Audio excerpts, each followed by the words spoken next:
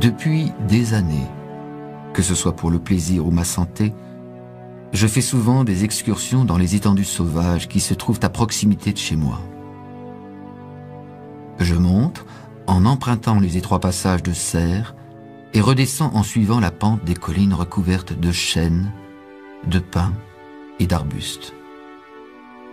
Je vagabonde sans réfléchir le long des montagnes qui mènent à la côte.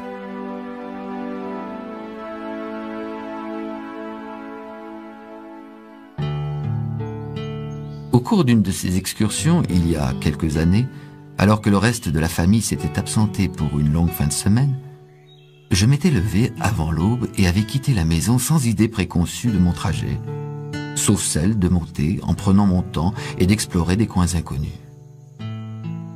Ces montagnes, ne dépassant pas les 1000 mètres d'altitude et suffisamment vallonnées pour faire perdre de vue toute civilisation, suscitaient en moi une impression de mystère et d'émerveillement alors que je m'imaginais être à des centaines de kilomètres de toute vie urbaine. À cette époque-là, je tournais en rond. J'étais dans un creux rempli de doutes et ma vie avait pris un rythme routinier, bien réglé. J'allais bientôt découvrir la véracité du dicton suivant: attention à ce que tu souhaites, car chose souhaitée pourrait bien t'arriver. Entendant alors un cours d'eau quelque part plus bas, je continuais mon ascension en le maintenant derrière moi afin, pensais-je, de pouvoir sortir de cette vallée ensevelie sous la brume. En peu de temps, j'arrivais sur un replat abrité par d'antiques chênes et juché juste au-dessus d'une pente abrupte. Tout à fait par accident, j'avais accédé au replat par le seul angle possible, c'est-à-dire par un sentier étroit qui traversait une barrière d'immenses rochers. Alors que je continuais à monter en contournant un de ces gros rochers, la brume se dissipa et laissa apparaître devant moi une minuscule cabane. Je m'en approchai et frappai discrètement à la porte. À ma grande surprise, une voix résonnante répondit chaleureusement de façon inattendue à mes coups sur la porte, un peu comme si j'étais un invité attendu depuis longtemps. Et alors, m'éloignant du sentier battu qu'était ma vie, je poussai la porte et découvris la sage qui était paisiblement assise et souriait en me regardant. La femme, assise dans une position empreinte de grâce féline, bien droite mais détendue, était installée en équilibre parfait sur un coussin de feuilles étalé sur le sol. Cette femme semblait être enveloppée d'un champ lumineux d'énergie que je mettais sur le compte des rayons du soleil. Je me sentis soudainement étrangement désorienté. J'eus l'impression de perdre tous mes points de repère, temporels et spatiaux. Il y a longtemps que je n'ai pas reçu de visiteur. Je suis très contente que tu sois venu, car j'ai beaucoup à partager. Et j'ai besoin de ton aide pour mener à bien une mission de grande importance. Un peu mystifié, mais intrigué, je répondis seulement « Cela me semble intéressant. » Intéressant? Cela le sera certainement pour toi. Mais tout d'abord, tu as besoin de t'entraîner un peu, de te préparer. De me préparer.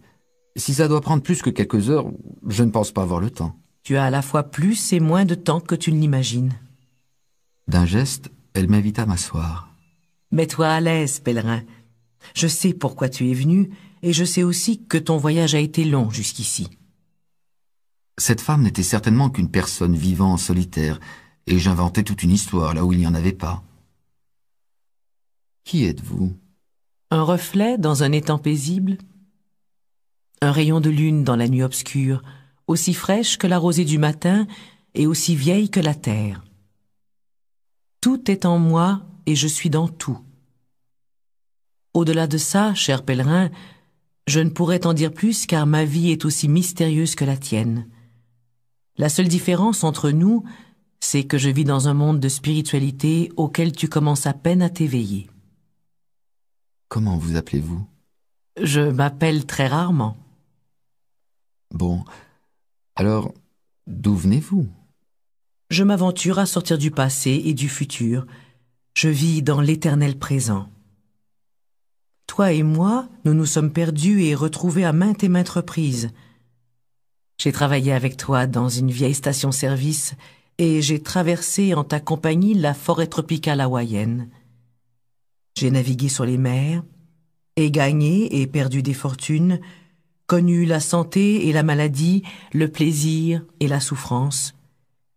Et j'ai découvert des trésors qui t'éblouiraient, des soirées luminescentes, des opales grosses comme le poing, et des pierres précieuses multicolores rutilant de tout leur feu. Mais ce que je voudrais partager avec toi est le plus grand de tous les trésors. C'est un trésor qui grandit lorsqu'on le partage et qui ne perd jamais son éclat. La magie existe dans ce monde, cher pèlerin. Mon intention est de te faire connaître les secrets de l'alchimie. Comme de transformer le vulgaire métal en or? Jouer avec les minéraux n'est rien d'autre qu'un truc de chimiste.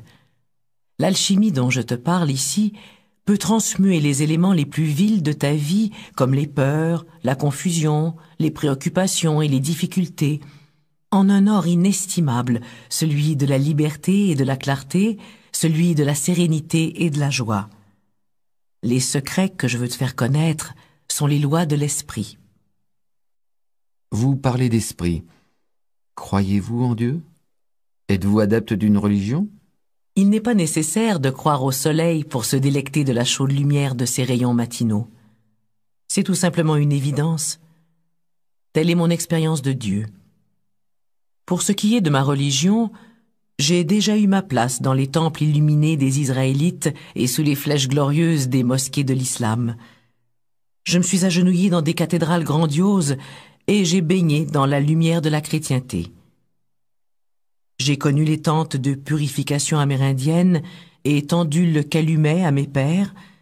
J'ai vécu comme une chamane dans les plaines d'Afrique, médité dans des temples bouddhistes et respiré le doux parfum de l'encens sur les berges du Gange. Et partout, j'ai trouvé le même esprit dans toutes ces religions différentes. J'ai trouvé une volonté divine qui transcende temps, croyance et culture, et qui dévoile le trésor de Dieu que sont les lois universelles. Pouvez-vous m'en dire plus au sujet de ces lois? Les lois de l'esprit nous renvoient à l'ordre et à l'intelligence innée de l'univers. Elles transcendent tous les concepts, coutumes et croyances. Elles constituent le fondement de toute moralité humaine. Aussi constantes que le mouvement des planètes, elles affectent non seulement la mécanique de la nature, mais aussi chaque aspect de l'existence elle-même. Elles sont là pour nous guider à travers les hauts et les bas de notre vie, comme les étoiles et les compas guidaient les marins d'autrefois dans leurs itinéraires maritimes. Certaines de ces lois ont plus particulièrement rapport aux aspects pratiques de la vie humaine. Les livres et les enseignements religieux font état de ces grandes vérités, qui sont des principes simples mais puissants, permettant de trouver la paix intérieure dans un monde difficile. Ceux qui observent ces lois s'épanouissent et voient leur vie comblée. Ceux qui les ignorent ou y résistent expérimentent en conséquence des événements qui font figure d'apprentissage sur le sentier qui mène à leur éveil, afin qu'ils puissent un jour trouver la paix grâce à une compréhension supérieure des choses de la vie. Où avez-vous appris ces lois? Suis-moi, pèlerin, que les montagnes soient ta salle de classe. Je décidai de me rappeler toutes les lois qu'elle pourrait bien m'enseigner, ces trésors dont elle parlait, afin d'en faire part à mes enfants et peut-être à ceux qui pourraient s'y intéresser. Je savais que quelque chose d'inhabituel se préparait au moment où je passais le pas de la porte de la cabane et me retrouvais à 2 pas d'un grand étang tranquille que je n'avais pas vu auparavant.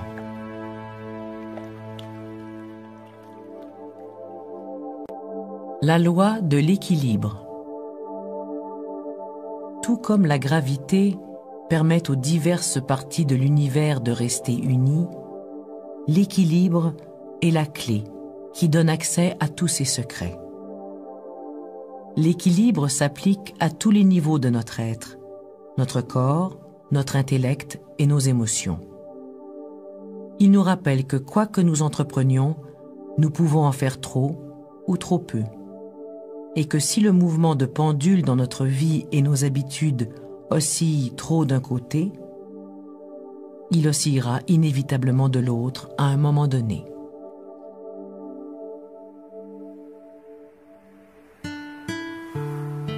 Nous sommes sous le vent, c'est pourquoi il n'a pas encore senti notre présence. Elle m'indiqua du regard l'endroit où regarder sur la berge de l'étang, l'endroit où se trouvait un oiseau blanc se tenant en parfait équilibre sur une seule patte. Peux-tu rester en équilibre comme cette aigrette? Vous voulez dire sur une seule patte? Je veux dire sentir ce que cette aigrette ressent de l'intérieur. Peux-tu rester aussi calme que ça dans ta vie de tous les jours? Il ne t'arrive pas souvent de ressentir une telle sérénité, n'est-ce pas? Non, je suppose que non. Penche-toi un instant sur l'importance de l'équilibre en ce qui concerne l'ordre naturel propre à la vie humaine. Tout corps humain aspire à atteindre un état d'équilibre intérieur, un état de paix intérieure qui devient pour lui source d'épanouissement.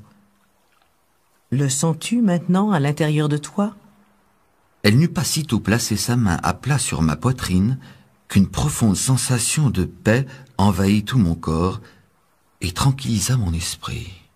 Cette sensation de sérénité sera désormais pour toi un point de repère. Elle te fera prendre une conscience accrue des déséquilibres que tu connais dans ta vie normale et te permettra de diminuer ta tolérance face à ces mêmes déséquilibres. De quelle façon?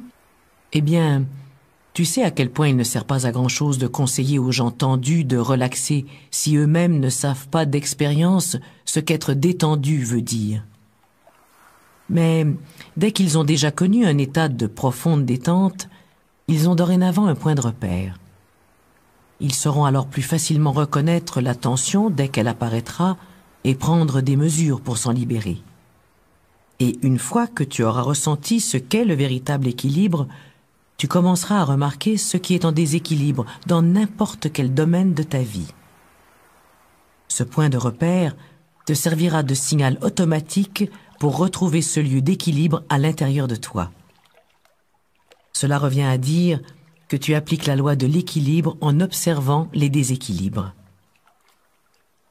Ce que nombre de gens qualifient de névrose est en réalité un déséquilibre, l'exagération d'une pensée, d'une impulsion ou d'une émotion que nous ressentons tous à un moment donné ou un autre.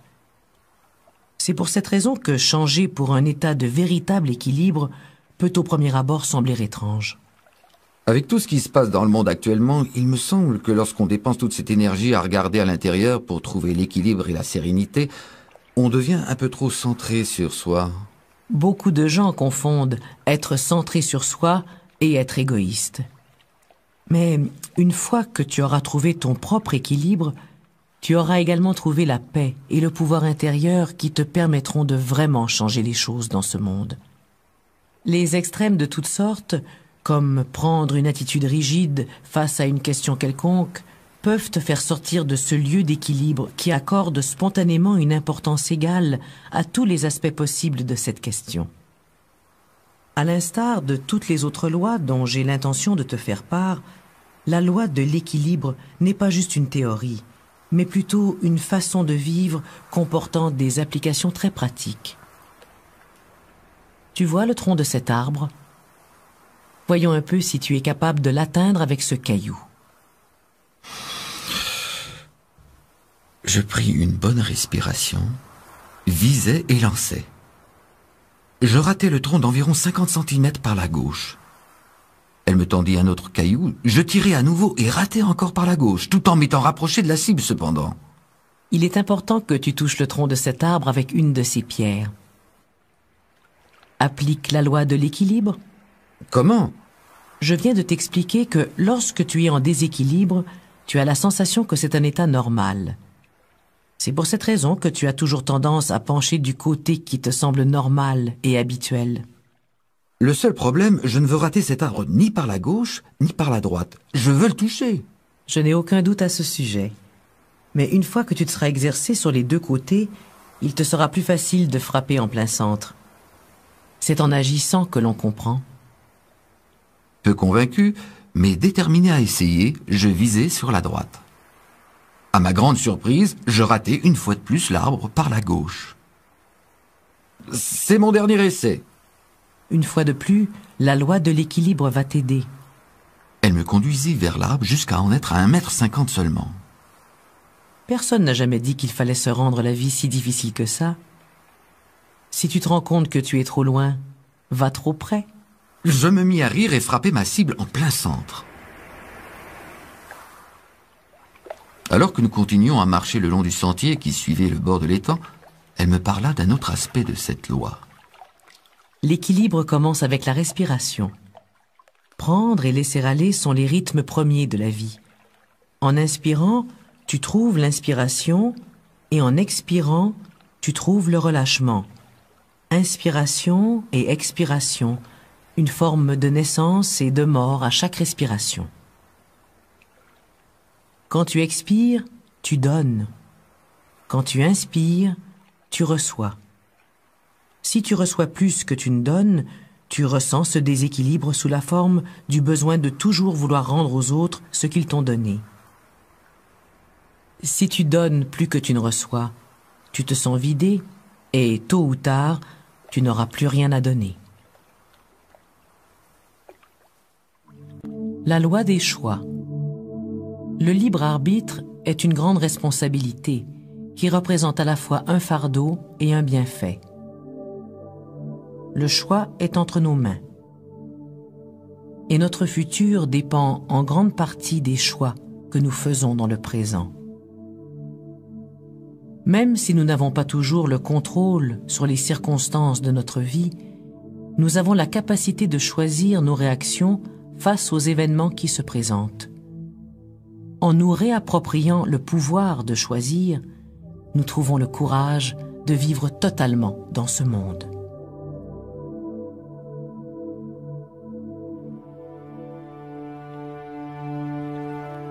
La surface miroitante de l'étang, aussi reluisante que du verre bien poli, s'éloignait de nous à mesure que nous montions. C'est toi qui mènes la marche pendant quelques instants. Mais je ne sais pas où nous allons. Cette croyance me semble intéressante, mais je pense, pèlerin, que tu as toujours su où tu allais, même si tu n'en étais pas conscient. Alors, quel sentier choisis-tu?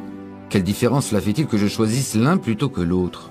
En fin de compte, aucune. Choisis un sentier et ensuite nous parlerons.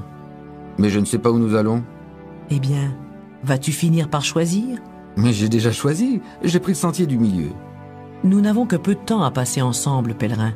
Je te suggère de choisir un sentier afin que nous puissions continuer notre chemin. Mais Soudain, je compris et je me mis à marcher sur le sentier du milieu. C'est exactement comme ça qu'il faut faire. La loi des choix nous apprend que les décisions ne se prennent pas en parlant, mais en passant à l'action.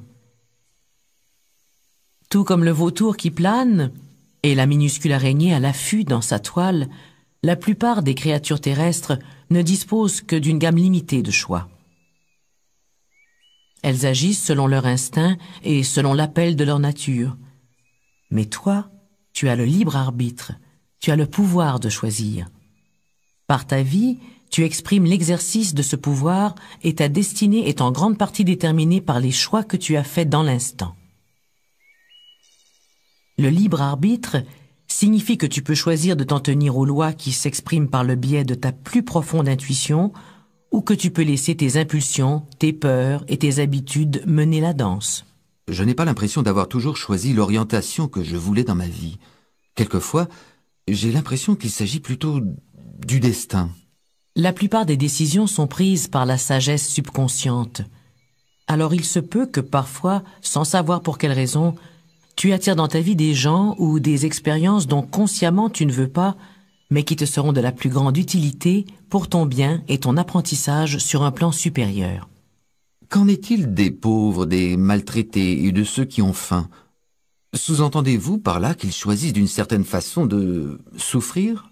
La souffrance a de nombreux visages. Même les nantis connaissent la souffrance. Tout ce qu'on peut faire, c'est de faire les meilleurs choix possibles parmi un nombre précis de circonstances. Des choix concernant la vie, l'amour, le dévouement, la communication.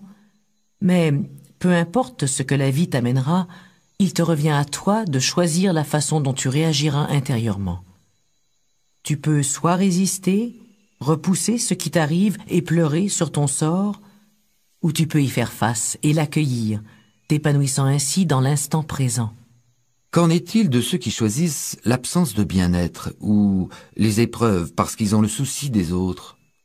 Si tu choisis délibérément de mettre tes désirs personnels de côté pour prendre en main le bien-être de tes enfants, des personnes aimées ou d'autres personnes, tu poseras un geste spirituel de sacrifice personnel. Mais si tu as l'impression d'être un martyr, il est grand temps d'y regarder à deux fois. Lorsqu'on prend trop de responsabilités pour les autres, on les prive des leçons qu'ils pourraient tirer des choix qu'ils font. Ceux qui souffrent ont besoin de notre aide et de notre compassion. Mais si nous portons entièrement leur fardeau, nous leur subtilisons leurs forces et les démunissons de leur amour-propre. Je me pose parfois des questions au sujet des choix que j'ai faits en ce qui concerne mes relations, mon travail. Je te suggère à ton retour chez toi de demander le divorce à ta femme. Quoi? Qu'est-ce que vous dites? Pourquoi ne pas divorcer? Tu as le pouvoir de le faire à n'importe quel moment. Tu n'as qu'à appeler un avocat. Je ne pourrais jamais faire ça. Pourquoi pas? Parce que cela ferait beaucoup de peine à ma femme et à mes enfants et à moi. Notre situation financière deviendrait chaotique. Et par ailleurs, j'ai fait une promesse lorsque nous nous sommes mariés. J'ai pris un engagement pour longtemps. Et quel genre d'exemple cela serait-il pour mes enfants? Tu es pris au piège alors. Je ne suis pas pris au piège. Cela semble tout comme à la façon dont tu décris la situation. Tu as énuméré un certain nombre de raisons, toutes aussi valables les unes que les autres, je n'en doute pas, pour lesquelles tu ne peux pas divorcer. Mais c'est seulement lorsque tu te réapproprieras le pouvoir de mettre fin à cette relation que tu pourras totalement t'y engager. Seulement, à ce moment-là, te sera-t-il possible de choisir, avec toute la passion qui t'habite, de rester marié au lieu d'avoir à rester marié pour telle ou telle raison? Comprends-tu? Oui, je pense que je comprends. Et je ne parle pas jusqu'ici de tes relations intimes, mais aussi de ton travail, de tes amis, de l'endroit où tu vis et de ta vie. Certaines personnes qui ont oublié qu'elles avaient le pouvoir de choisir se sentent prises au piège par une relation. D'autres se sentent prises au piège par la vie ou par les circonstances. Si tu ne réalises pas que tu as le pouvoir de dire non, tu ne pourras jamais véritablement dire oui, que ce soit à tes relations intimes, à ton travail, à ta vie ou à quoi que ce soit d'autre. Le sentier que j'avais choisi nous conduisit dans les profondeurs de la forêt, sous une dense voûte de feuillage parfumé. Réaliser le pouvoir que tu as de choisir ta voie et d'en changer quand tu le veux, sans te préoccuper des pressions ou des idéaux provenant de l'extérieur, c'est un peu comme refaire surface après avoir été submergé pendant longtemps. Tu seras peut-être tenté de modifier ta situation maritale, ta carrière ou tout autre domaine de ta vie dans lequel tu éprouves des difficultés ou des frustrations. Mais le choix le plus noble consiste le plus souvent à accepter en toute responsabilité la situation présente et à la vivre totalement et intentionnellement avec plus de présence et de passion que jamais. Plus tu feras honneur à la loi des choix, plus tes intentions de vie seront claires. Tu créeras ta vie, et au lieu de te demander si tu es sur le bon chemin, avec la bonne personne, ou si tu fais le travail qui te convient, tu vivras chaque jour par choix et le plus totalement possible. La loi de la méthode. La méthode transforme n'importe quel chemin de vie en une série de petites étapes qui, atteintes l'une après l'autre, conduisent vers n'importe quel but. La méthode transcende le temps, enseigne la patience et repose sur les bases solides d'une préparation minutieuse. Elle est l'expression de la confiance dans l'épanouissement de notre potentiel. Le sentier était si escarpé que j'avais l'impression que nous gravissions les marches très raides d'un escalier faisant face à la pente. As-tu remarqué combien ce sentier ressemble au sentier de la vie? Combien chacun des pas que nous faisons ressemble aux étapes que nous franchissons pour atteindre un but? Si l'on centre son attention uniquement sur la destination, on aura toujours l'impression de ne jamais s'en rapprocher. C'est ce qui pousse nombre de gens à abandonner leur but, surtout quand des obstacles surgissent ou que le sentier devient plus escarpé. La loi de la méthode est la façon qu'a la nature de s'assurer que nous pouvons réaliser presque n'importe quel but, aussi noble soit-il, en fragmentant le trajet qui nous y mène en multiples étapes plus modestes, mais plus certaines. Cela me semble assez évident. Tout à fait évident. C'est pour cette raison que tant de gens passent complètement à côté. Nous arrivâmes à un torrent dont les eaux avaient été gonflées par les pluies printanières. La femme traversa en premier, en marchant avec légèreté sur une suite zigzagante de pierres. Je la suivis, sautant d'une pierre à l'autre. En voyant deux pierres approcher, je décidai rapidement de sauter sur la plus éloignée. Mon pas fut un peu trop court, mon pied glissa sur de la mousse et je me retrouvai à l'eau. Avec un grand sourire aux lèvres qu'elle n'essaya d'aucunement de cacher, elle vint à mon secours pour me tirer de l'eau en me tendant la main.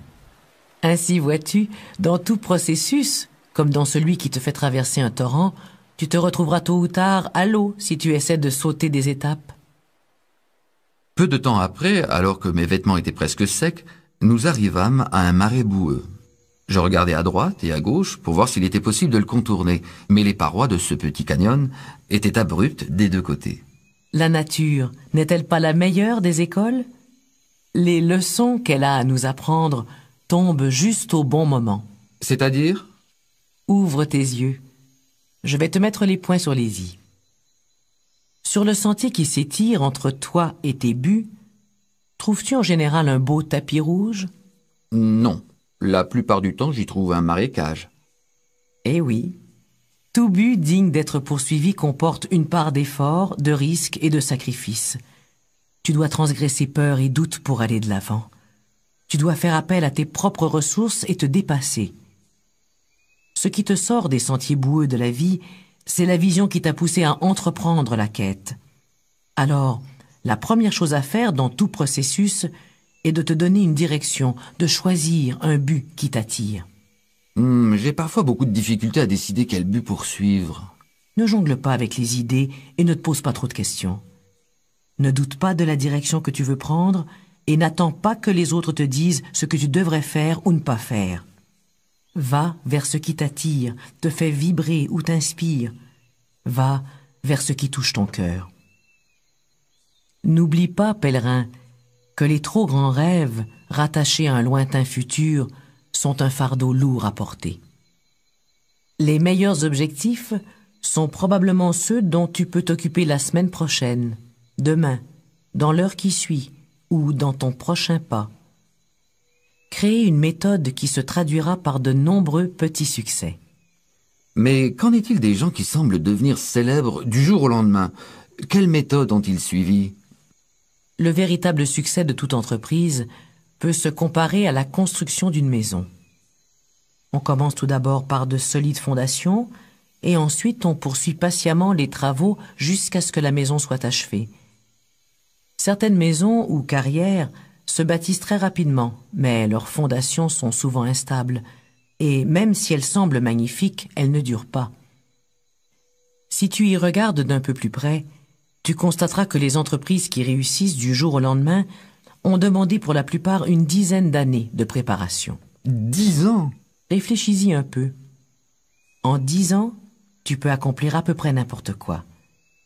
Tu peux devenir médecin ou scientifique, tu peux acquérir des capacités très développées dans un sport, un jeu ou un art martial, tu peux devenir expert dans n'importe quel domaine. Tu peux aussi bien devenir riche que transformer totalement ton corps. 10 ans, ça me paraît bien long. Si tu regardes vers l'avenir, oui, c'est vrai. Mais si tu te tournes vers le passé, une fois les 10 années écoulées, non. La loi de la présence. Le temps est un grand paradoxe, car il s'étire entre un passé et un futur qui ne sont pas réels, sauf dans notre esprit.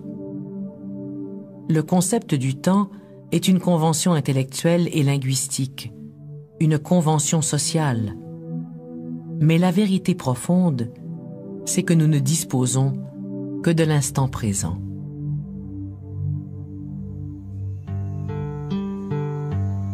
Notre descente fut plus rapide que notre ascension, mais j'étais tellement perdu dans mes pensées que je le remarquais à peine. Où allions-nous? Qu'allions-nous faire maintenant?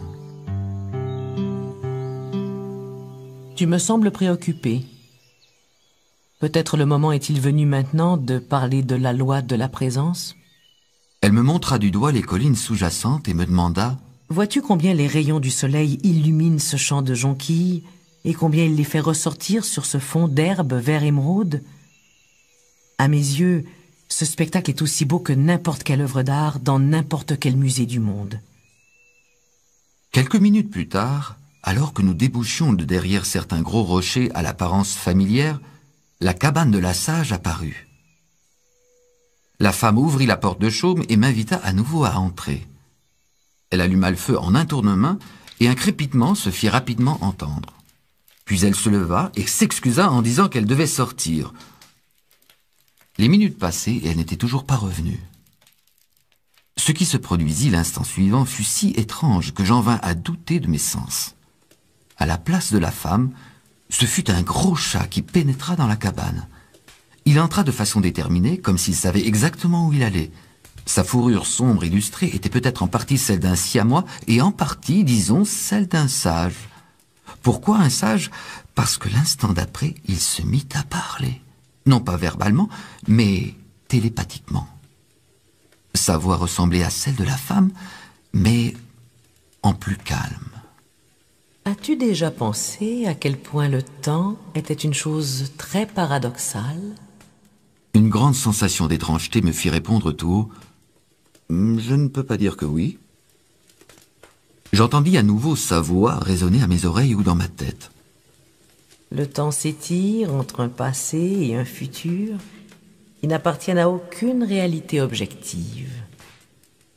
Le temps est une convention intellectuelle et linguistique, une convention sociale. En d'autres mots, cela veut dire que le temps existe seulement parce que nous décidons qu'il existe. Exactement.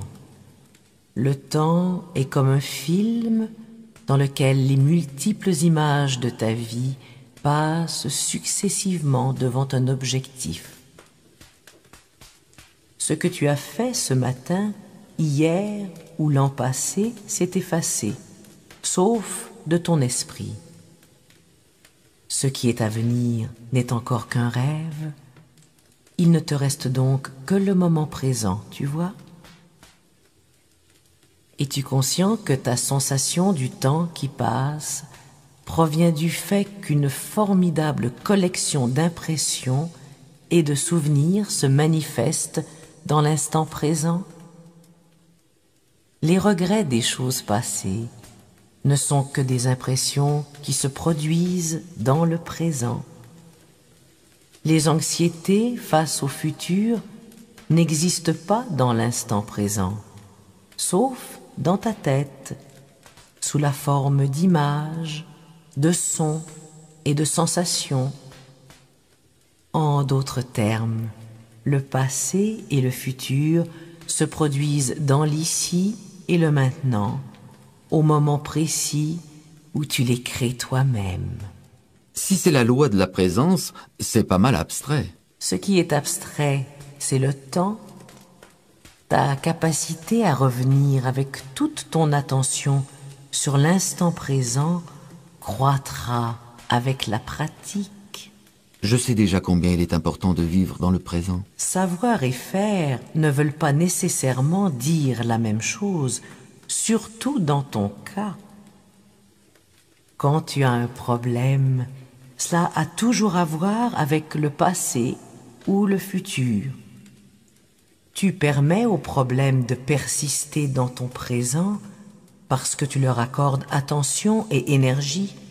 Tu les laisses libres de demeurer dans ta tête. Moi, au contraire, je ne m'y arrête même pas. La vie est bien trop courte. Je vous remercie de tous ces beaux conseils, Votre Majesté. Avez-vous terminé? Pas tout à fait. Pas avant que tu n'aies vraiment compris que le passé et le futur ne sont rien d'autre que les mauvaises habitudes du mental, de ton mental. La présence est comme un mécanisme temporel qui éclaire l'esprit, te libère de l'anxiété et donne naissance à une nouvelle façon de vivre. Autrement dit, tu deviens plus comme moi. Je meurs d'impatience. Comme je te l'ai déjà expliqué, pour avoir de la présence, il faut être présent et te rappeler où tu es et quand tu es. Seulement à ce moment-là, sauras-tu qui tu es. La présence t'enseigne une chose, l'importance de ce que tu fais aujourd'hui, car tu y accordes une journée de ta vie. Laisse donc cette loi balayer de ton esprit tout débris inutile pour te permettre de retrouver un état de clarté, de simplicité et de paix intérieure. Accueille l'instant présent, mets un pied devant l'autre et occupe-toi de ce qui se trouve devant toi. Car même si ton esprit vagabonde de ci, de là, ton corps, lui, reste invariablement dans l'ici, maintenant. Lorsque tu sens que les choses se précipitent, retrouve ton calme dans le présent en prenant une profonde inspiration et reviens dans l'ici, maintenant. Le chat s'étira voluptueusement une fois de plus et sans rien ajouter sortit de la cabane. Presque immédiatement après le départ du chat, la sage réapparut et s'assit sans donner aucune explication. Où en étais-je?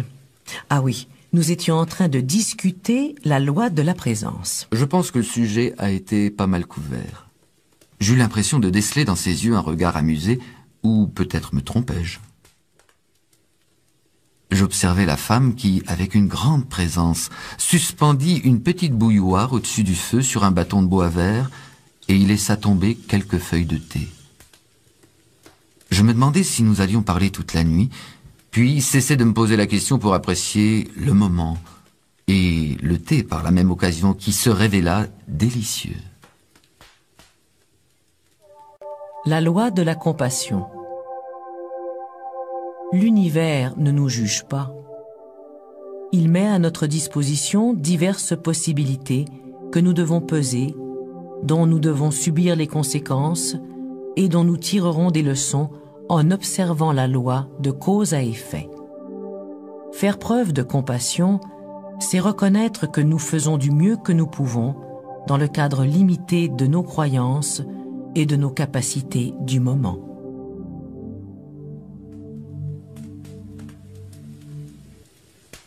Nous passâmes un grand moment en silence à fixer les chardons ardents. Puis elle m'invita à sortir pour apprendre la loi de la compassion. Je regardais autour de moi, émerveillé. Devant nous s'étendait un terrain plat, couvert de suffisamment d'arbres pour nous protéger d'une fine bruine qui venait éliminer la poussière diurne et amener un agréable parfum de terre où se distinguait l'odeur de l'écorce et des feuilles mêlée à celle du sol et des herbes. Tout a l'air si vivant. Et tout l'est, effectivement. Comme tu as pu apprendre la loi de l'équilibre auprès d'une aigrette, celle de la présence auprès d'un chat, tu peux maintenant apprendre la loi de la compassion auprès de la terre, dont nous foulons l'écorce, dont nous coupons et brûlons les arbres, dont nous exploitons les ressources vivantes en poursuivant nos petites affaires sans jamais penser à lui demander la permission ni à la remercier. Alors je te demande ceci. Si la terre peut te pardonner tes erreurs, ne peux-tu pas te pardonner à toi-même et faire preuve à l'égard des autres de la même compassion? Je m'allongeai pour regarder le ciel étoilé. Je ne pense pas que la compassion soit mon fort. Tu n'en fais pas beaucoup preuve à ton égard, n'est-ce pas? Non, je ne pense pas. C'est donc par là qu'il faut commencer. Plus tu feras preuve d'aimable bienveillance à ton égard, plus tu seras capable d'en faire autant avec les autres. Le temps est venu pour toi, pèlerin, de te voir et de voir les autres sous un angle nouveau, sans les jugements ni les attentes qui créent un mur entre toi et le monde. Le temps est venu de réaliser que chacun de nous, ami comme ennemi, fait de son mieux dans le cadre limité de ses croyances et de ses capacités. J'essaie de ne pas juger les autres. Mais que faire avec les gens violents ou cruels? La loi de la compassion n'est ni arbitraire ni conditionnelle.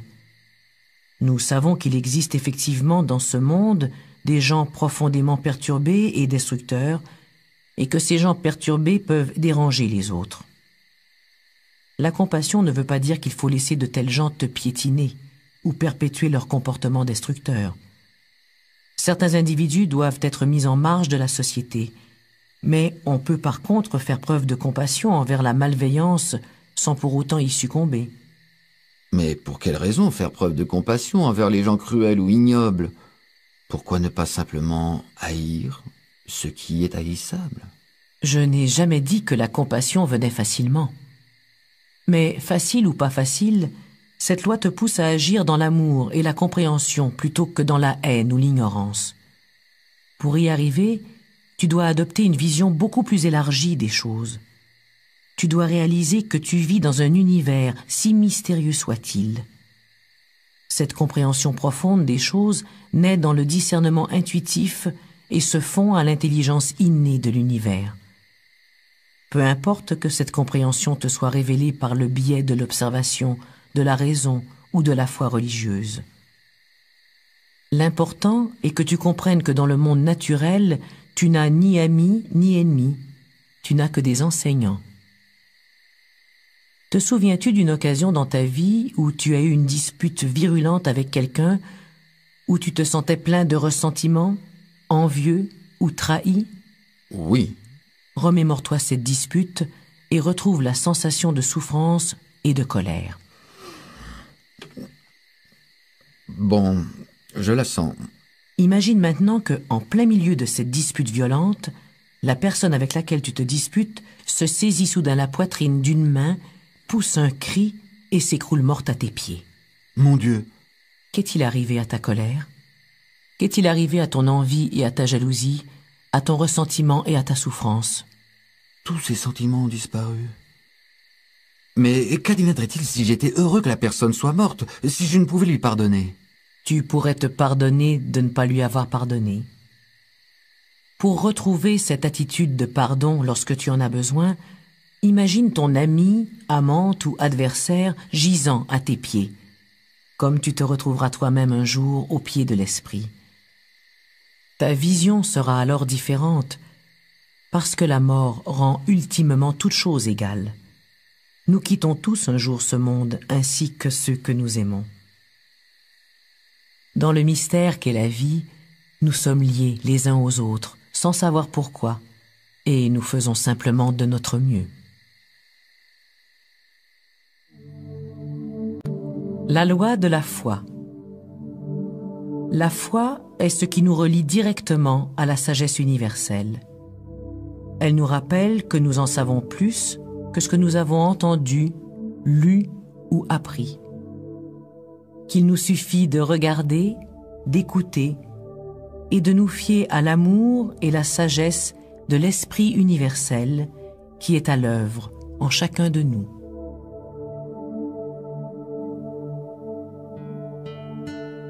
Lorsque je me réveillai, la femme n'était plus là, et je ne savais vraiment pas si elle allait revenir ou pas. Je me levai prestement, sortis de la cabane et je la cherchai, mais ne trouvai aucun signe de sa présence, même pas une empreinte. Puis, comme je scrutais le bois, je l'aperçus debout sous le couvert matinal et paisible des arbres, près de 3 cerfs, une biche et ses 2 fans. Ils tournèrent la tête tous ensemble et me virent. Les cerfs se déplacèrent vers une zone plus densément boisée et disparurent en même temps que la sage me rejoignit. Je la suivis pas à pas jusqu'à un petit monticule herbeux sur lequel avait poussé un champ de fleurs multicolores, des rouges, des jaunes et des bleus d'un ton éblouissant. Lorsque je regarde les fleurs s'ouvrir sous les rayons du soleil matinal, cela me rappelle la loi de la foi. Pour avoir la foi, On n'a pas besoin de croire en un Dieu extérieur. Il suffit de croire aux fleurs. Car si on apprécie les fleurs, on ne peut faire autrement qu'apprécier Dieu aussi. Non pas à travers une croyance, mais grâce à une sensation de merveille et de mystère. La loi de la foi t'apprend à faire confiance à l'intelligence et à l'amour universel qui se manifeste en toi et en toute créature. Honnêtement, je ne peux pas dire que je fasse confiance à tout le monde. La foi n'est pas aveugle. Nous savons tous qu'il existe des gens malhonnêtes et dangereux, et nous devons être forts et vigilants dans ce monde. Un sage arabe nous le rappelle d'ailleurs avec ce dicton. « Aie confiance en Allah, mais n'oublie pas d'attacher ton chameau. » Ce qui pousse l'être humain le plus loin, qui lui fait faire le plus grand des bonds en avant, c'est la foi.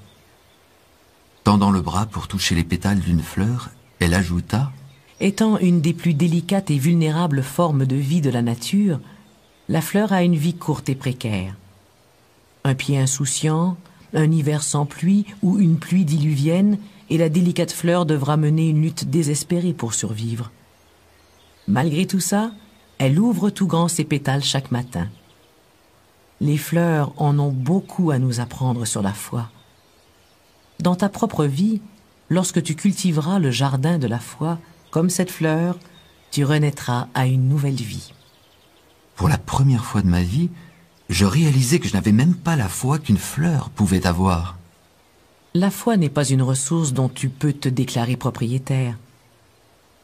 La foi est l'ordre divin qui transcende toute chose, c'est la lumière qui brille au fond de tes yeux, la tendre et mystérieuse intelligence qui émane du cœur même de la création. Avoir la foi, c'est prendre pour acquis que le choix que tu fais est toujours le bon. J'aimerais beaucoup avoir une telle confiance en moi. La confiance en soi se développe naturellement à partir du vécu. Tu apprends à faire confiance aux instincts de ton corps, à l'intuition de ton cœur et aux capacités de ton mental pour avoir accès à l'intelligence universelle. Cher pèlerin, avoir la foi, c'est également vivre dans l'incertitude, avancer à tâtons pour trouver ton chemin de vie, laisser ton cœur te guider, comme une lanterne éclairerait ton chemin dans l'obscurité. Il n'y a aucune sécurité absolue, sauf dans la foi absolue. Ainsi, malgré la confusion et l'insécurité, quand tu peux apprendre à vivre en fonction de la foi, comme les fleurs, et à accepter que l'esprit est à l'œuvre selon une volonté supérieure qui est hors de portée de ton mental, tu vois l'esprit se manifester en tout lieu, en toute chose et en toute personne. La loi des attentes. L'énergie suit la pensée. Nous nous dirigeons vers ce que nous imaginons et non pas au-delà. Ce que nous tenons pour acquis, ce à quoi nous nous attendons et ce en quoi nous croyons crée notre expérience et lui donne sa couleur. En dépassant nos croyances les plus profondes quant à ce qui est possible ou pas, nous changeons notre expérience de vie. Nous continuâmes notre chemin en silence, le long des sinueux passages de serre, jusqu'à ce que nous eussions rejoint un plateau sur lequel la sage s'arrêta brusquement. « J'ai un nouveau défi à te proposer. » « Un autre arbre ?»« Oui, mais cette fois-ci, tu as seulement une pierre, seulement un coup pour frapper dans le mille. »« Et si je le manque ?»« J'ai d'autres trésors à te révéler. Mais si tu rates l'arbre, nous devrons nous quitter. » »« Vous dites ça sérieusement ?»« Tout ce que je le dis sérieusement. »« Pourquoi est-ce si important que je frappe cet arbre du premier coup ?»« Pas cet arbre, l'autre, là-bas. » Elle me montrait un gros chêne situé à 30 mètres. « Jamais je ne pourrai toucher cet arbre du premier coup. Pourquoi ne pas me servir de la loi de la méthode? Ne devrais-je pas commencer d'un peu plus près ?» Cette épreuve ne concerne pas la loi de la méthode, mais la loi des attentes. Elle concerne la façon dont tes croyances et tes convictions profondes viennent façonner ton expérience. Alors je dois l'admettre, je ne crois pas pouvoir toucher cet arbre. Moi, je crois que si. Si vous y croyez, vous devriez lancer la pierre. Ignorant mon commentaire, la sage s'assit et m'invita à en faire de même.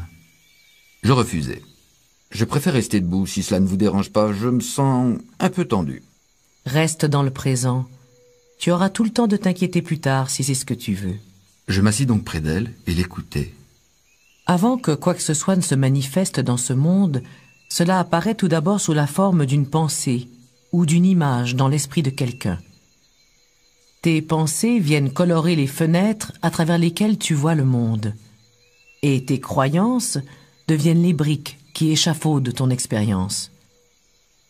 Tes croyances influent sur les choix que tu fais, sur l'orientation que tu prends, même sur les amis, les adversaires et la destinée qui se trouvent sur ta route. Tout cela me semble plein de bon sens, et je meurs d'impatience d'apprendre de quelle façon ceci va m'aider à frapper cet arbre en plein dans le mille à mon premier essai. Et ton unique essai. Maintenant, centre toute ton attention sur l'arbre. Apprête-toi à lancer la pierre et dis tout haut « Je peux réussir sans problème à frapper cet arbre ». Me sentant complètement ridicule, je dis « Ok, je peux réussir sans problème à frapper cet arbre ». Je n'y croyais bien entendu pas une minute. C'est facile de frapper l'arbre. Ce qu'il est moins, c'est de surmonter les croyances négatives qui t'en empêchent. Elle ramassa une pierre. Je restai bouche bée. Son tir frappa l'arbre en plein centre en produisant un bruit sec. Je voulais juste attirer ton attention. Il ne te suffit pas de répéter « je vais y arriver », alors que simultanément des doutes profonds te démunissent de ton esprit et te ravissent concentration et force. Je veux maintenant que tu exposes ces convictions négatives au grand jour. Je veux que tu les exposes à ta conscience, ce qui te permettra de les voir pour ce qu'elles sont. Vas-y, crie-les à tue-tête. Sur ces encouragements, j'exprimais à maintes et maintes reprises tous mes doutes à haute voix. Maintenant, regarde l'arbre à nouveau et crée cette conviction en toi. Je peux réussir sans problème à frapper cet arbre. Je répétais cette affirmation. Je peux réussir sans problème à frapper cet arbre. Et la plus incroyable des choses se produisit. Absolument aucun doute ne m'assaillit. Ce que j'avais dit était vrai. Je le sentais, je le croyais totalement. Cela sonnait vrai et réel. C'est justement à ce moment-là que je pris une inspiration et que je lançai la pierre. À l'instant même où je la lâchais, je sus qu'elle frapperait sa cible. Je venais de comprendre la loi des attentes. Avant de pouvoir réussir, il fallait que j'y croie, que je m'y attende vraiment. La loi des attentes souligne combien il est important d'examiner toutes nos vieilles convictions et suppositions, de remplacer les doutes autodestructeurs par des images fraîches et de créer de nouvelles croyances qui se fondent sur des intentions bien nettes. La loi de l'intégrité. Être intègre, c'est vivre et agir selon la loi spirituelle et selon notre vision la plus élevée, nonobstant les impulsions qui nous poussent à faire le contraire. Du plus profond de notre intégrité, nous reconnaissons, acceptons et exprimons notre véritable réalité intérieure et nous inspirons les autres non pas par des paroles, mais par l'exemple. Après avoir observé le faucon planer en spirale sur un courant d'air ascendant, nous nous mîmes en route vers une vallée encaissée où les arbres étaient décorés de dentelles de mousse couleur émeraude. Elle s'arrêta et fixa le lointain, puis m'indiqua du doigt un sommet qui se trouvait derrière nous. « Tu vois le sommet de cette colline ?» Ne me dites pas que vous voulez qu'elle serve de cible à une autre pierre. Non, rien de la sorte. Je veux seulement que tu atteignes le sommet et que tu en reviennes en 30 minutes. 30 minutes Mais même si je courais tout le long pour y aller et en revenir, je doute que... Je veux dire que... Je suppose que je pourrais travailler sur mes croyances. Il te reste 29 minutes. Je fis silence et décollai. La course était difficile et fatigante. Rendu à mi-chemin, les poumons me brûlaient tellement que l'idée me vint de rebrousser chemin avant d'avoir atteint le sommet.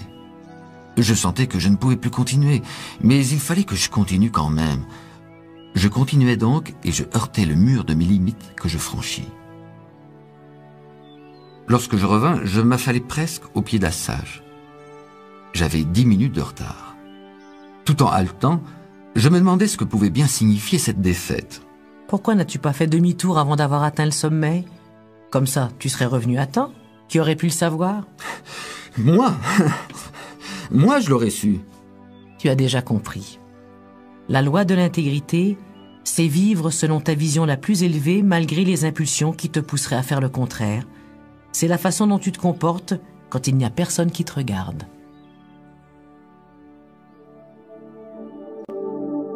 La loi de l'action. Peu importe ce que nous ressentons ou savons, peu importe nos dons ou talents cachés, seule l'action les amènera à se manifester. Nous sommes nombreux à comprendre intellectuellement des concepts comme l'engagement, le courage et l'amour, mais nous ne les connaissons véritablement que lorsque nous les actualisons. L'action nous amène à la compréhension et transforme la connaissance en sagesse. Nous émergeâmes de la vallée et gravîmes une courte déclivité, assez raide, pour nous retrouver sur une hauteur qui se situait juste au-dessus de la cabane de la sage. Mon estomac grognait. À part une poignée de baies, je n'avais rien mangé depuis 2 jours. C'est exactement à ce moment-là que la sage annonça « Il est temps que nous mangions !» Tout en mangeant, elle me relata un incident qui, je supposais, était survenu dans une vie antérieure. Je n'ai pas toujours bien su faire la distinction entre les idées et l'action. Alors que j'étais une jeune étudiante en Inde, la vie me donna une précieuse leçon. À cette époque, j'étais issue d'une famille privilégiée et je passais la plus grande partie de mon temps à lire. Un jour, pendant un voyage qui m'amena à prendre un traversier vétuste pour franchir une large rivière, je décrivis à l'homme qui ramait la façon dont j'avais accumulé toutes mes connaissances. Le batelier m'écouta attentivement, puis après un certain temps, il me demanda si je savais nager. « Non, je ne sais pas nager, lui dis-je. »« Alors j'ai bien peur que toutes ces connaissances ne te servent à rien, dit le batelier. Notre barque est en train de couler. » Mais que s'est-il passé ensuite? Oh, je me suis noyé. C'est une leçon que je n'oublierai jamais. Ce monde est en fait le royaume de l'énergie et de l'action. Peu importe ce que tu sais ou qui tu es, peu importe tes talents ou le nombre de livres que tu as lus, seule l'action te permet d'actualiser ton potentiel. Les philosophies sont impressionnantes et les idées abondent, mais les paroles, si élégantes soient-elles, ne valent pas grand-chose. Il est facile de parler d'engagement, de courage et d'amour, mais c'est seulement en passant à l'action que l'on comprend et avec la pratique que vient la sagesse. Il n'a jamais été facile de passer à l'action dans ce monde, car les forces du doute et de l'inertie sont omniprésentes, même dans notre esprit et dans notre corps. Pour passer d'une idée à l'action, il faut de l'énergie, du sacrifice, du courage et du cœur, car agir, c'est risquer. Il vaut mieux faire pour le mieux que de ne rien faire et se donner une bonne excuse. La loi des cycles. Le monde de la nature évolue selon des rythmes, des schémas et des cycles, comme la succession des saisons, le mouvement des étoiles et le flux et le reflux des marées. Les saisons ne se bousculent pas pour se succéder, et les nuages ne font pas la course avec le vent dans le ciel. Chaque chose arrive à point nommé. Tout croît, décroît et croît encore, comme le mouvement ascendant et descendant des vagues dans le cycle infini du temps.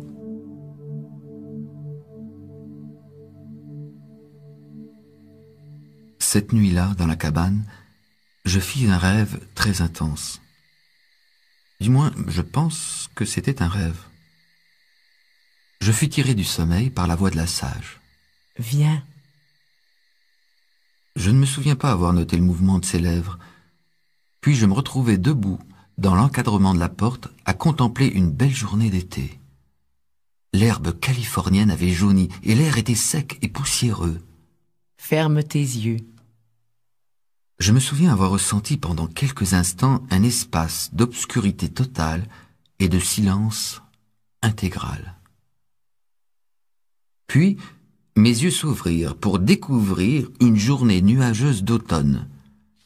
Une bourrasque de vent frais balaya mon visage et me fit fermer les yeux. Quand je les rouvris, je sentis le froid sec de l'hiver. Je sortis et, en posant le pied sur le sol, sentis la terre froide et dure et entendis le tonnerre gronder au loin. En un éclair, l'air retrouva une odeur printanière et j'entendis la voix de la sage. Le monde de la nature exécute sa ronde au rythme des changements. Les saisons qui se succèdent, les bouleversements des cieux et le jour qui cède sa place à la nuit. Chaque chose arrive à point nommé. Tout change et grandit, apparaît et disparaît, croît et décroît. C'est un perpétuel flux et reflux. Tout ce qui croît décroîtra un jour, et tout ce qui décroît croîtra à nouveau. Ceci est la loi des cycles. Puis, le matin arriva. Après m'être aspergé le visage d'eau froide et avoir mangé quelques baies, je fus convié à marcher jusqu'à un endroit spécial situé un peu plus haut dans les collines. Pendant que nous marchions, je lui racontai mon rêve. Les saisons en ont beaucoup à t'apprendre, et ton rêve est le signe que tu es prêt à comprendre. À comprendre quoi? À comprendre que le vent du changement peut souffler sous la forme d'un ouragan furieux qui réduit ta vie en miettes, ou sous celle d'une douce brise qui vient te caresser la joue. Que le changement est l'unique permanence et qu'il advient selon ses propres modalités et au moment propice. Je me suis toujours senti un peu ambigu face au changement. Parfois, lorsque je trouve la vie monotone, je souhaite le changement, mais quand les choses vont vite, je trouve les changements difficiles à supporter. Ce n'est pas le changement lui-même qui est difficile. Il se produit aussi naturellement qu'un lever de soleil. C'est nous qui cherchons à établir des routines bien connues pour avoir une sensation de contrôle et d'ordre. C'est pour cette raison que le changement peut nous donner l'impression d'être un bienfait ou une malédiction selon ce que nous désirons. La loi des cycles nous rappelle que nous devons changer comme le font les saisons, afin que nos vieilles habitudes ne mènent pas nos vies, que notre passé ne devienne pas notre futur, et que la force d'entraînement du changement nous amène à connaître une conscience, une sagesse et une paix plus grande. Puisque vous dites que les cycles du changement se produisent, que cela me plaise ou non, il vaut mieux que je les accepte d'emblée. Oui, et plus que ça. La loi des cycles nous permet de comprendre comment coopérer totalement à notre propre évolution, de passer maître dans l'art de détecter la synchronicité des choses et d'accéder à ce qu'il y a de mieux pour nous. C'est ici que la loi des cycles vient se fondre à la loi de l'action, pour nous apprendre que la patience constitue l'essentiel et le meilleur de la sagesse. Sagesse de savoir quand agir ou quand rester inactif, quand parler ou quand se taire, quand travailler ou quand se reposer, quand se laisser porter par l'énergie d'un cycle ascendant ou quand se retirer en soi et attendre que la prochaine vague arrive. Nous laissâmes le sentier pour nous diriger vers un endroit dense d'arbres et de broussailles. La sage s'arrêta pendant un moment pour me raconter une histoire. Dans l'Antiquité, le roi Salomon vivait un grand tourment intérieur et implorait le ciel pour que les choses redeviennent plus simples et plus paisibles.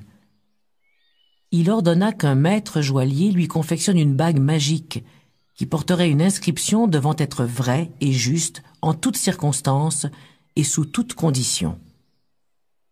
Cette inscription aurait comme fonction de soulager la souffrance du porteur de la bague et de lui conférer sagesse et vision infinie. Le maître joaillier fabriqua une bague spéciale, mais il lui fallut plusieurs jours de recueillement avant que l'inspiration vienne lui souffler les mots magiques.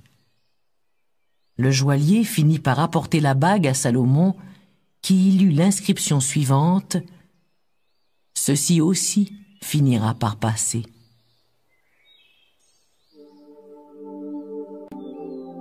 La loi du lâcher-prise. Lâcher prise, c'est accepter cet instant, ce corps et cette vie à bras ouverts. Lâcher prise, c'est ne pas entraver son propre chemin et vivre en accord avec une volonté supérieure qui s'exprime par la sagesse du cœur.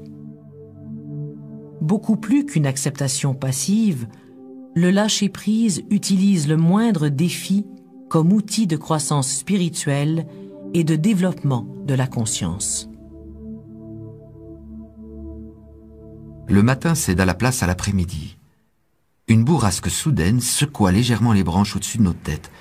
Une feuille se détacha, descendit en tourbillonnant et finit par tomber dans le cours d'eau qui coulait à proximité. As-tu remarqué, pèlerin, comment l'eau qui court est douce, mais pourtant puissante?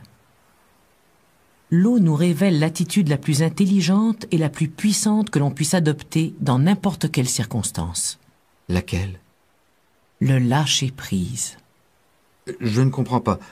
On m'a appris à me battre pour ce en quoi je crois, à ne jamais lâcher prise.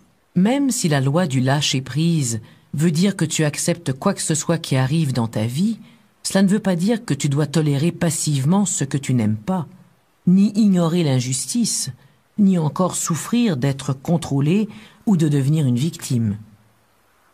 Le véritable lâcher-prise est actif, positif, affirmatif. C'est un engagement créatif qui t'amène à faire bon usage de toute situation dans une attitude d'appréciation, d'abandon. Je ne peux pas dire que j'apprécie la grippe, un pneu à plat, ni tout autre problème du genre. Cette loi ne veut pas dire que tu doives prétendre quoi que ce soit ou que tu nies tes émotions. Cette loi t'amène plutôt à transformer tes émotions.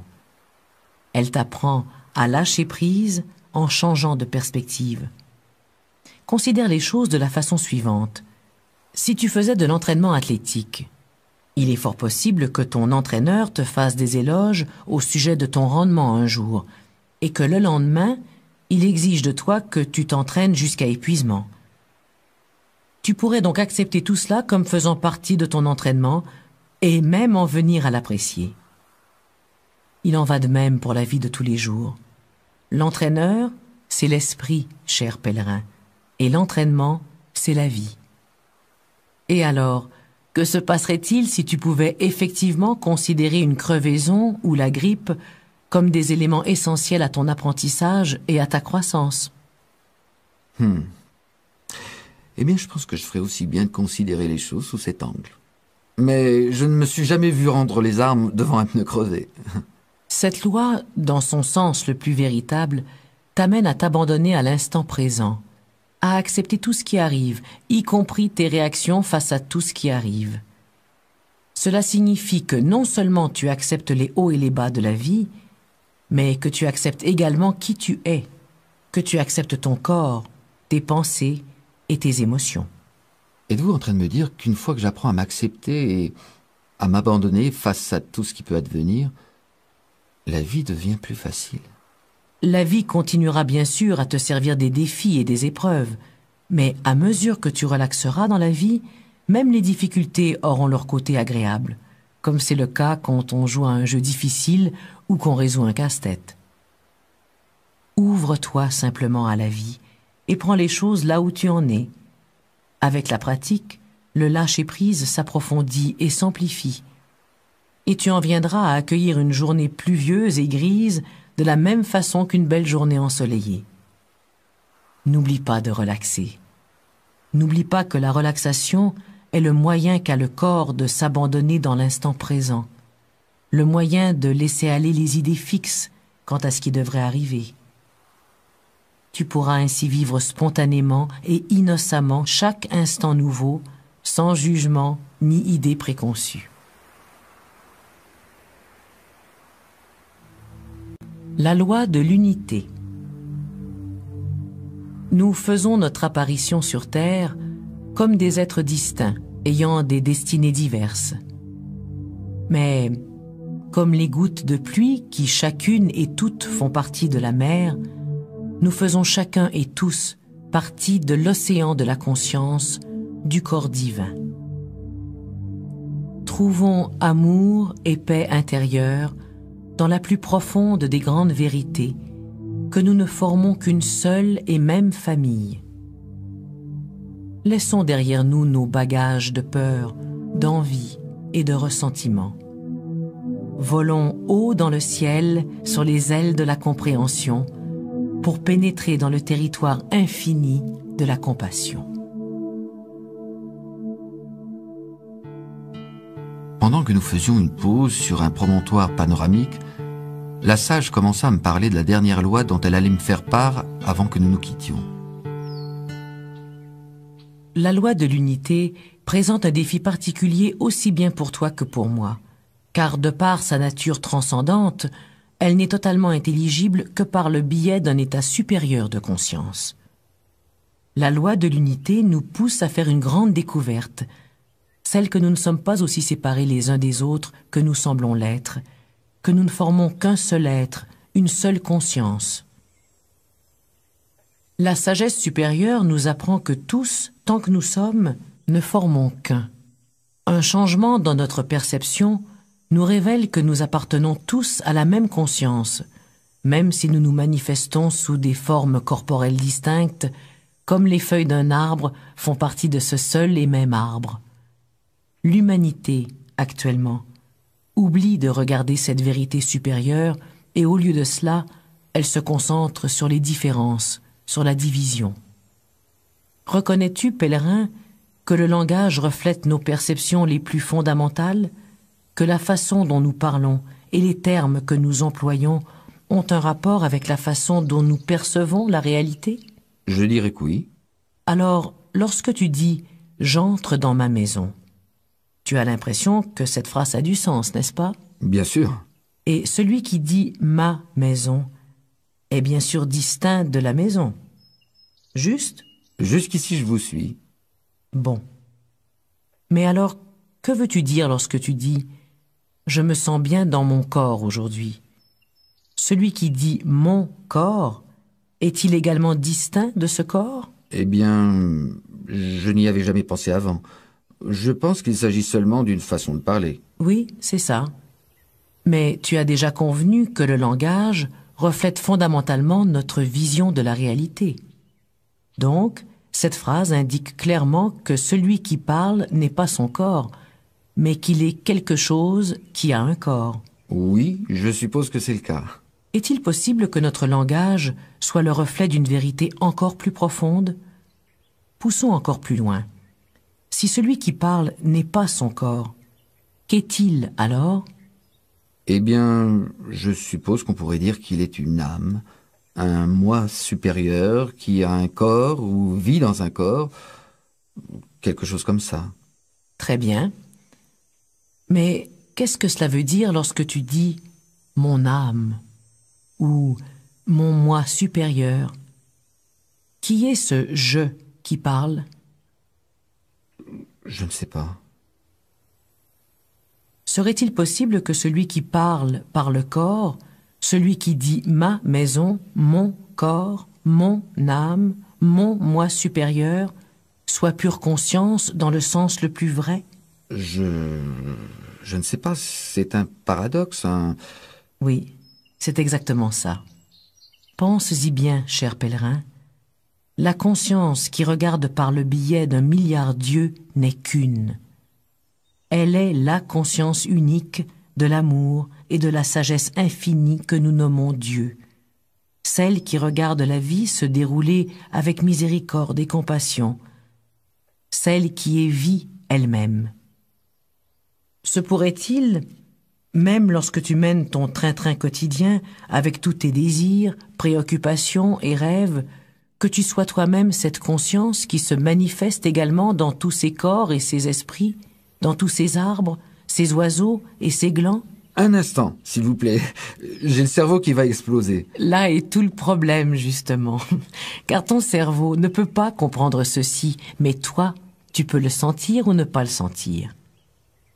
Les fois où cela se produira, dans de rares moments d'expansion, ton mental connaîtra enfin le repos. Tu te sentiras dans une béatitude totale et tu connaîtras la paix et la joie à l'état pur. Avant que cela se produise, tout cela n'est que vaine parole. Alors, la prochaine fois que tu te disputeras avec quelqu'un, ou que tu feras l'amour, ou pratiqueras un sport, demande-toi ce qui se produirait si tu décidais de percevoir l'autre comme une facette de toi. Si tu décidais de vous percevoir tous les deux comme ne faisant qu'un. Demande-toi comment tu agirais. Comment cette nouvelle perspective pourrait influer sur tes relations.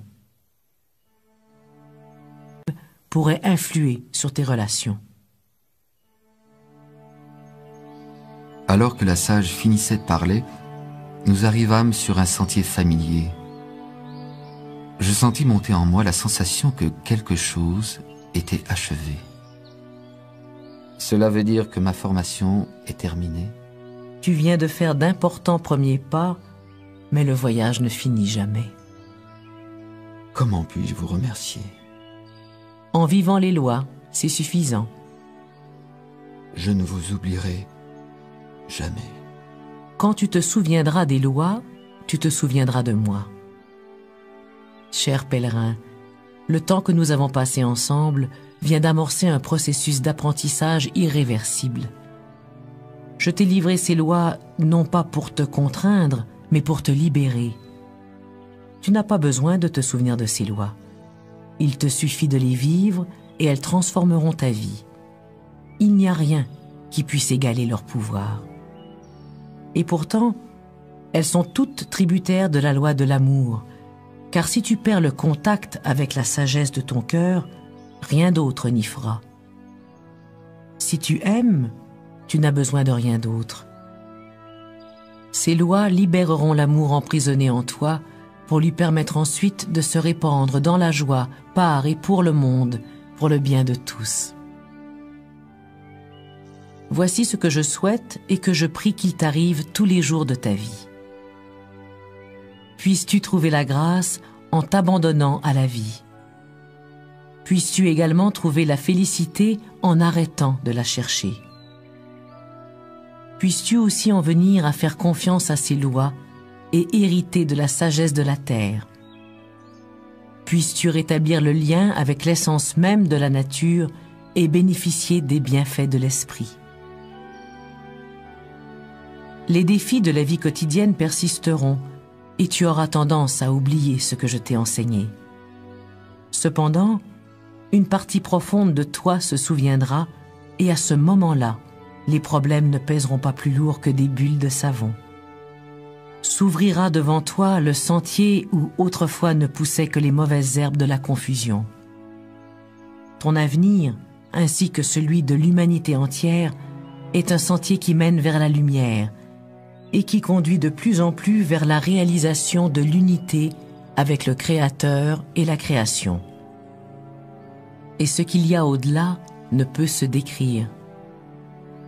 Même lorsque le ciel est noir d'encre, sache que le soleil jette à jamais ses rayons sur toi, que l'amour t'entoure et que la lumière en toi guide tes pas pour que tu retrouves le chemin qui te ramène chez toi. Fais confiance au déroulement de ta vie et sache avec certitude que, malgré les hauts et les bas que tu connais en chemin, ton âme est toujours sous la protection de l'esprit. Sur ce, la sage reprit le sentier en montant et disparut rapidement. Au moment où je trouvais le chemin pour descendre, le soleil perça à travers la brume légère. Je jetai un dernier coup d'œil derrière moi, en espérant peut-être apercevoir la silhouette d'une femme debout quelque part au-dessus de moi, à la lisière de la forêt. Mais ne voyant que ma propre ombre, projetée sur le sol par le soleil couchant, je me dirigeai une fois de plus vers ma demeure.